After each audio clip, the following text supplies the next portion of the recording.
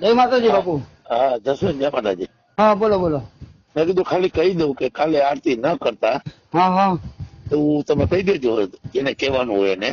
હા હા મેં પદુભાઈ અત્યારે વાત કરી હા હા એટલે એનું પરિણામ સારું ન આવે એટલે કહી દેજો. હા હા આરતી નહીં થાય જસ્મીન એટલે નહીં જ થાય. મેં બપોરે કીધું તું કે દાદાગીરીથી ન થાય, આરતી પ્રેમથી થાય, સમજૂતીથી થાય. હા હા અને તીર્થરાજ નહીં કહી દેજો હા હા કે બાપુનો મને રાતે ફોન હતો, બરાબર. કાલે આરતી થશે તો જોવા જેવું થશે. અને છતાંય લડાઈ કરવી હોય તો મારો કઈ વાંધો નથી. 50 નહીં 200 ને આવવાની છૂટ. કાલ મંદિરમાં કોણ પ્રવેશ કરે છે ને કોણ વગાડી લે છે એ મારે જોવું છે. અને કાલ મારે અહીંયા હાજર રહેવું છે.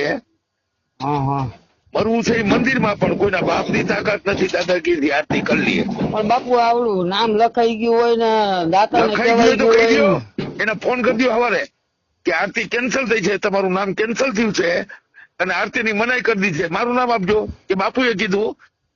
તમે તો કાલ સવારે એમ કહ્યું કે 15 જણાનું બુકિંગ લઈ આવ્યું છે, તો 15 સોમવાર મારે રાહ જોવાની. અને આ મંદિર કોઈના બાપનું છે. અને જસ્મીન તને પ્રેમથી કહી દઉં છું, આનું પરિણામ આવશે ને એનો ભોગ તું બનીશ. અને જો તને કહી દઉં છું કે મંદિરમાં તારે ન આવવું હોય, સેવા ન કરવી હોય, 25 વર્ષ કરી હતી, હવે મૂકી દેવી હોય તો મારે શિવરાત્રી નથી કરવી, જન્માષ્ટમી નથી કરવી.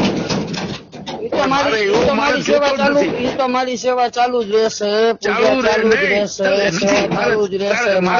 સાંભળ ને, મારે તારી સેવા નથી જોતી. હાલ તો તું આવીશ તારી મરજીથી, હું ના પડું તોય. સેવા તો મારે તારી સેવા નથી જોતી જસ્મીન. હું મહાદેવની સેવા કરું છું ને. હું ક્યાં મહાદેવની નથી કરવી, કોઈ નામની મહાદેવની નથી કરવી. કરતો. મહાદેવની કરવી તો ગમે તે મંદિરે જઈને કહીશ. અમરનાથ મંદિરે નહીં, પીટી બાપુ ના પાડે છે. હાલ, અને તોય તારે કરવી છે તો કરીને તું બતાવ. હોળીનું નારીએ શું થાય છે એટલું સમજી લેજે. આનું પરિણામ જોવા જેવું આવશે. હું મરવા માટે તૈયાર છું, પણ આરતી કરવા માટે તૈયાર નથી. નથી ને નથી. એટલું તને કહી દઉં છું. બધાને કહી દો હાલો, બરાબર. જેવું હોય તો કહી દે. કાલનું પરિણામ જોવા જેવું આવશે.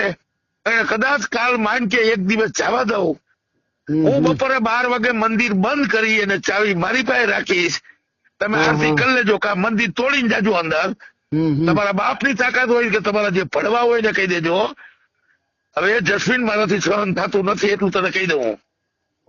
અને જો કાલે મંદિરની ચાવી બપોરે મારી પાસે આવી છે અને રાત્રે 9 વાગે હું આરતી કરીશ, એકલો કરીશ. 7 વાગે આરતી નહીં થાય. મંદિરની ચાવી અને હમણાં